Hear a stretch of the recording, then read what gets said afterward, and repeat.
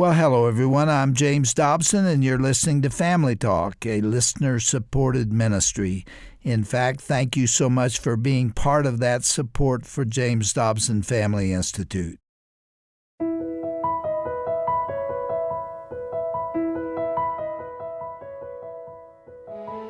Welcome back to Family Talk. I'm Roger Marsh, and here at the Dr. James Dobson Family Institute, we are so very grateful that you have chosen to make us a part of your day.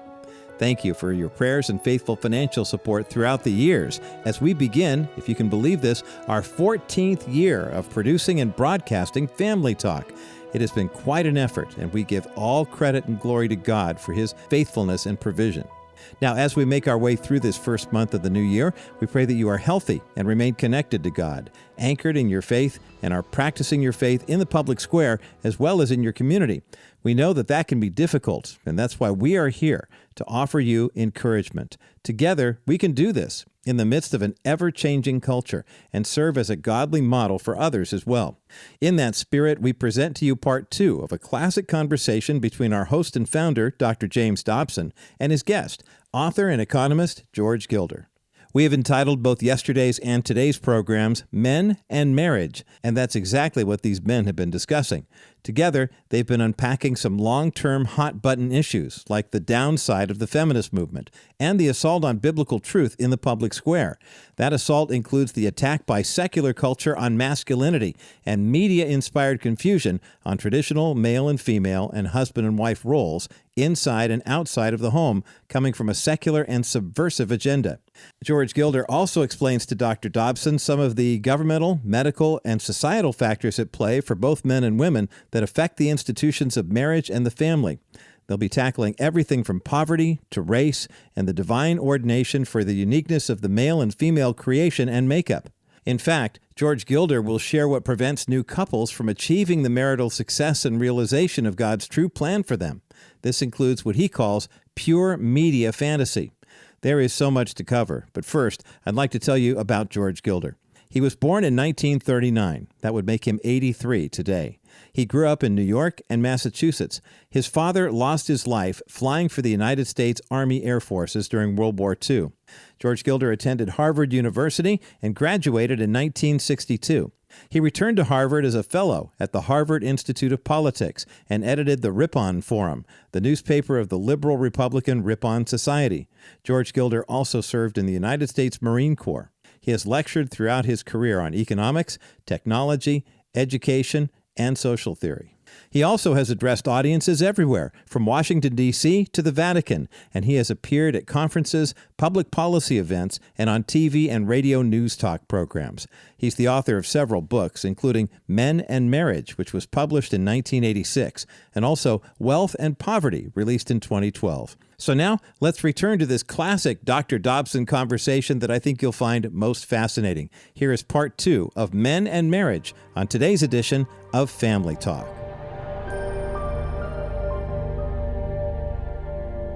George, the man who does not have a family then, how does he see life differently than the married man with responsibility for a family? Describe the plight of the modern unmarried man. He is disconnected from future generations. He's disconnected from the biological fabric of life, children leading on into the future. Man's link to the future passes through the womb of a woman. When that link is broken, he is set adrift, and he is abandoned to his own devices, and it's a short-term compulsive sex drive. You know, it's just a new argument to lure women into bed. Short-term goals and short-term satisfaction, which mitigates against the stability of the culture. That's essentially right. Your theme. That's right.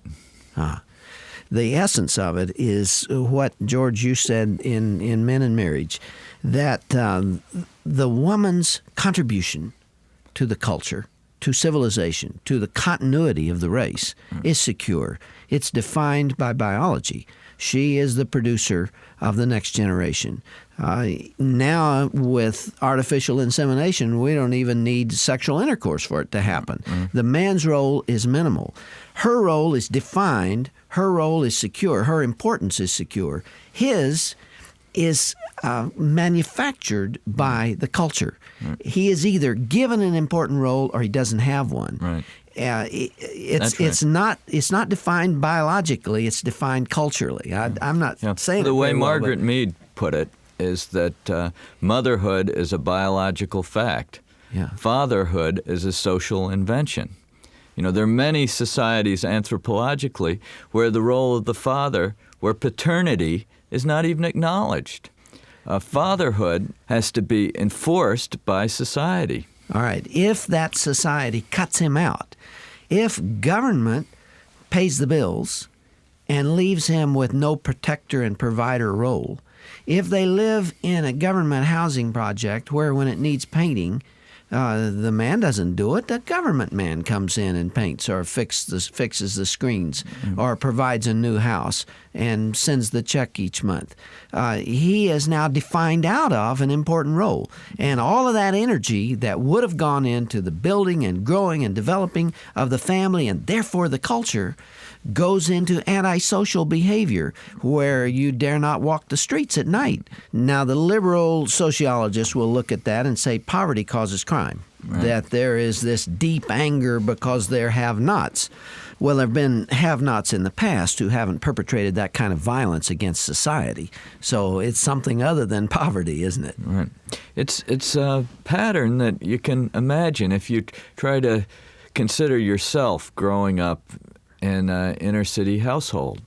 The father is only an occasional visitor in the household a lot of the time, and because he's only occasional visitor, his position is insecure.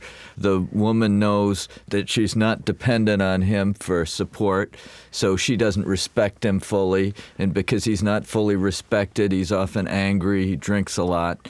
And imagine that you're brought up as a teenage girl in that household. A lot of times liberals say that welfare is insignificant. It's not a major force in these people's lives. But just imagine you're a girl and the state offers you a way out of all that. It says you can have a room of your own, an apartment of your own, free. You can have several $100s every month, free. You can have independence. You can go out into the world and assume adult responsibilities. Be your own boss. Be your own boss, all under one condition. Get pregnant. If you have an illegitimate child and you do not marry the father, then all this is yours. An apartment of your own, reliable source of income month after month, position in the community are all yours, provided you don't marry the father of your children. What's happened in the welfare state is that fatherhood has been made illegitimate. And the only legitimate pursuit that's endorsed by the government and the culture is illegitimacy. Which runs at 80% in some Which runs at 80%. You, as you would expect, this deal is increasingly accepted by girls in this culture.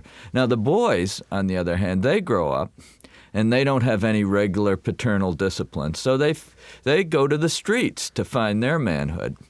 And sometimes they gravitate into crime because violence is exciting, and violence accords with the greater strength of young boys, their energies, their aggressions, find some kind of fulfillment in being a criminal. Or they turn to drugs sometimes, which offers immediate, intense gratifications. Or they may be captured by the very patriarchal religions that tend to succeed in the inner city. All right, George, I want to kind of turn a corner again and ask you about something that really fascinates me, and I want to get your perspective on it. If you sit down and you interview 1,000 women, married women, about their relationships with their husbands, and you start talking to them about what frustrates them the most, the areas of greatest antagonism and their wish list, the things that they wish were there in the relationship that are not there, you will typically hear complaints about the lack of softness in a man, that maybe the more feminine side to him. He doesn't talk to me. I can't get through his outer shell. He doesn't seem concerned about the things I'm concerned about. The romantic side of the relationship isn't important to him. He's preoccupied with his work. Sometimes I don't think he knows the kids' names. There is a frustration on women that men are not more like them than they are. You're saying that they shouldn't be more like women than they are. They shouldn't. That softer side is not necessarily the target. We don't want to feminize men. How can we bring the sexes together without compromising a man, what he was made to be by God, who he is anatomically and biologically, and yet link them up with the sexes in a way that's harmonious? Well, I believe... Wasn't that a great question? Yeah. That impressed me. Tell him what I said, George. It's a terrific question.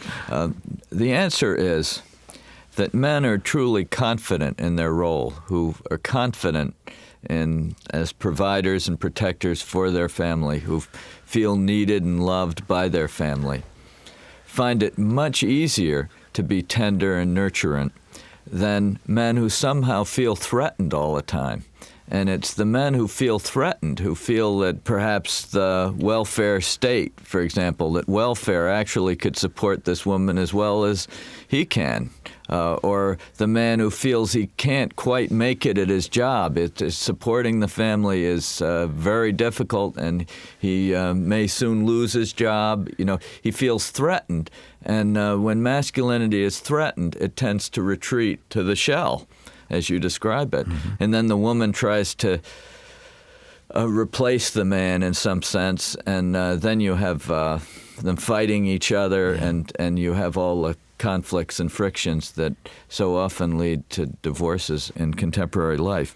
Okay, George, I want to turn a corner and talk to you about another aspect of your book, Men and Marriage, that fascinates me, and that is the cultural attempt now to feminize men and masculinize women, where you have women busily taking karate and having rap sessions on rape. And as a matter of fact, in my book, What Wives Wish Their Husbands Knew About Women, page 140, I described the attempt of the media to masculinize women and feminize men. And see what you think about this paragraph.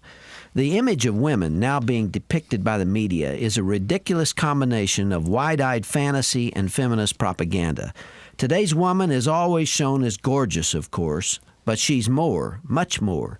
She roars around the countryside in a racy sports car while her male companion sits on the other side of the front seat, anxiously biting his nails. She exudes self-confidence from the very tips of her fingers, and for good reason. She could dismantle any man alive with her karate chops and flying kicks to the teeth. She is deadly accurate with a pistol, and she plays tennis or football like a pro.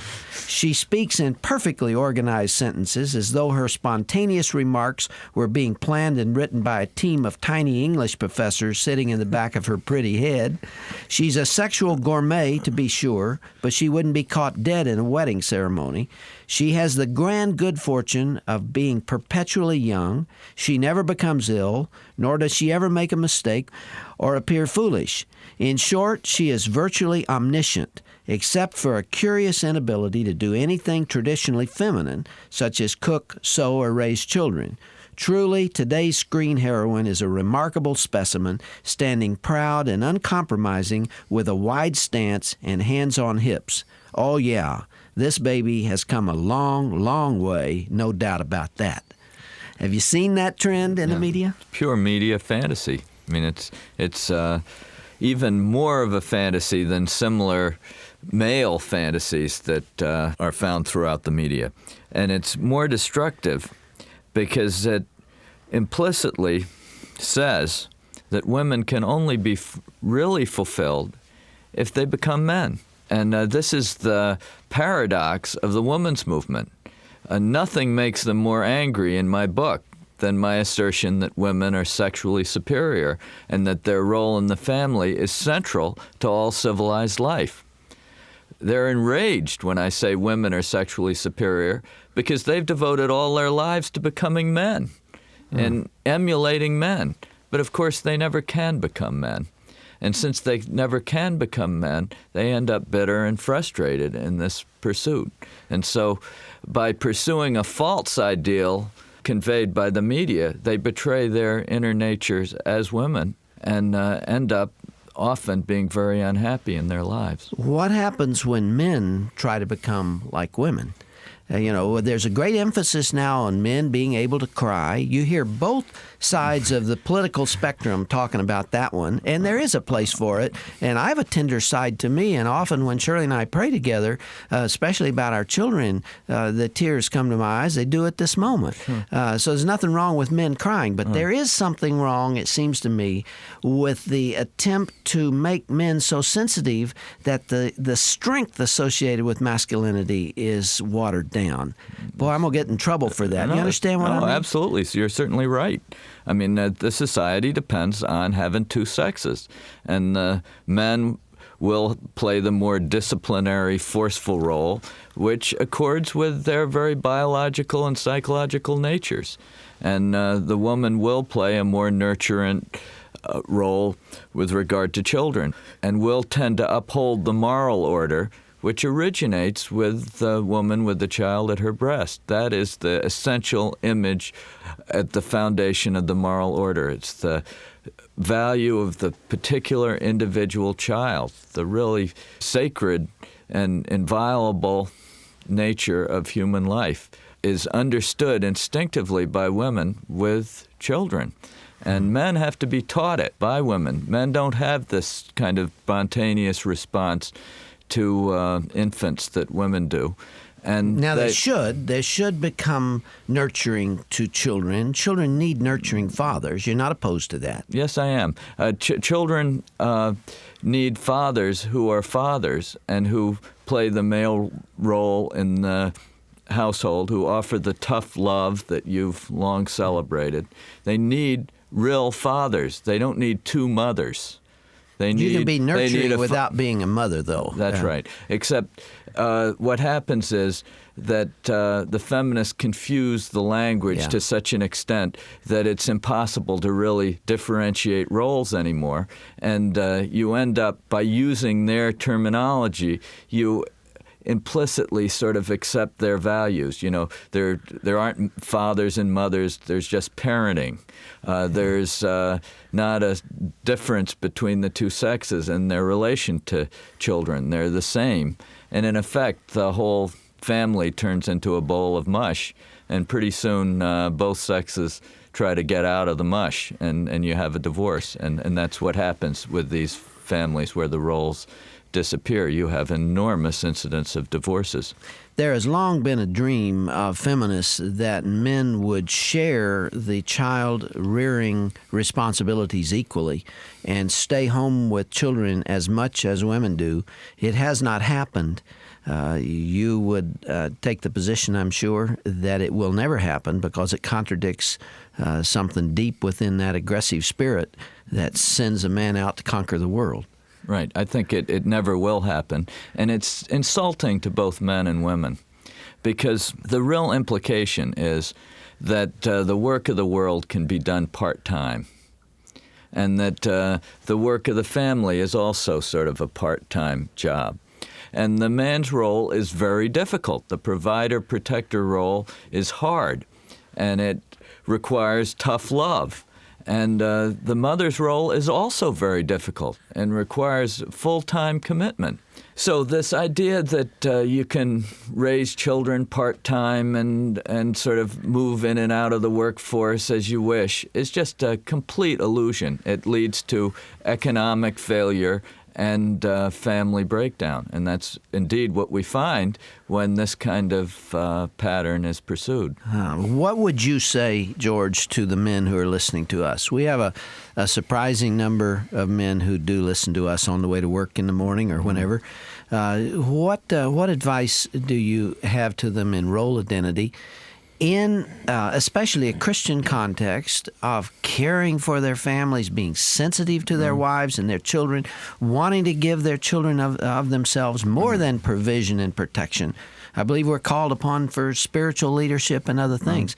So how do they find that masculinity that you're talking about that's different in every context from the feminine role, and yet keep themselves sensitive to that other side of themselves?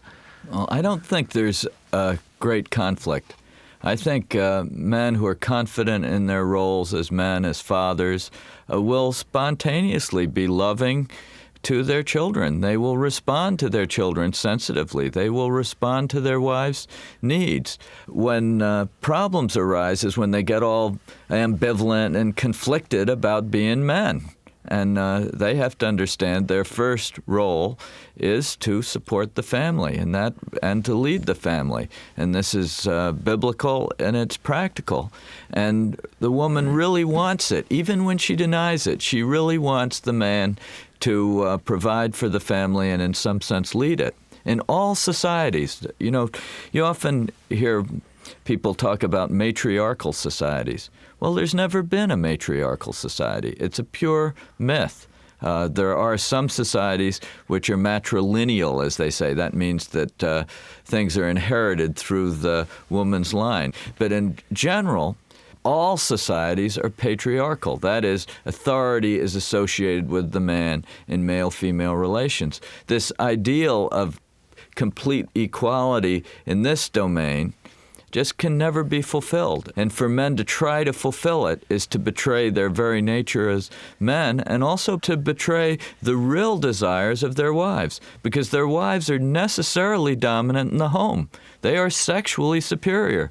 The woman's role with the children is indispensable, crucial, and undeniable. So the man who gives up his role as external leader of the family, as essential supporter of the family, ends up becoming contemptible in a way. His wife doesn't really respect him, even though she may say that that's what she wants. It just is not true that men can give up the provider role. It's necessary for men to really work hard, to commit their lives to very hard toil. And it's very gratifying when, in exchange for this toil, they gain access to this special circle of moral and spiritual peace and prosperity that the family can be, and when it's working, and which the mother necessarily maintains. I mean, that she will necessarily be the central figure in maintaining this home environment. And your apprehensions about the future of the family, as spelled out in Sexual Suicide in 1973 and Men in Marriage Now, is pretty ominous. That is very ominous, but I also see a counter-movement led by people like yourself across this country to reestablish the family in the center of American life. And I think that movement will prevail because it's based on God's truth, and God's truth will triumph.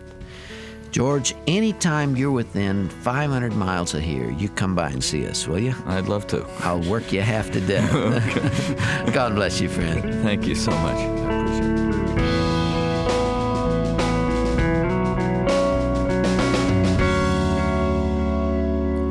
And this concludes part 2 of our 2-part conversation featuring Dr. Dobson and his guest, George Gilder, here on Family Talk.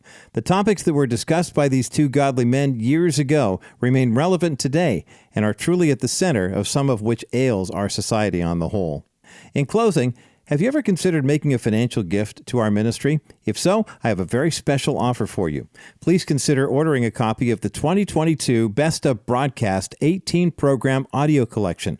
For a suggested donation of $50, you can receive a 6-CD set or a digital download version. This will become an excellent resource for you, containing quality audio content from Dr. Dobson, Dr. Tim Clinton, and a variety of special guests and resident experts on the subjects and topics that matter most to you. Just visit drjamesdobson.org/best of 2022. That's drjamesdobson.org/best of 2022. Order your copy today. For faster access to begin enjoying immediately, the digital download order link is featured there on our webpage in bold. And to order by phone, just call 877-732-6825. That's 877-732-6825. I'm Roger Marsh, and this is Family Talk, the voice you trust for the family you love. And remember, if you missed any part of yesterday's or today's conversation, you can stream it in its entirety right now. Just go to our broadcast page at drjamesdobson.org/family talk. And while you're there, you can download our new app, too. God's richest blessings to you and yours.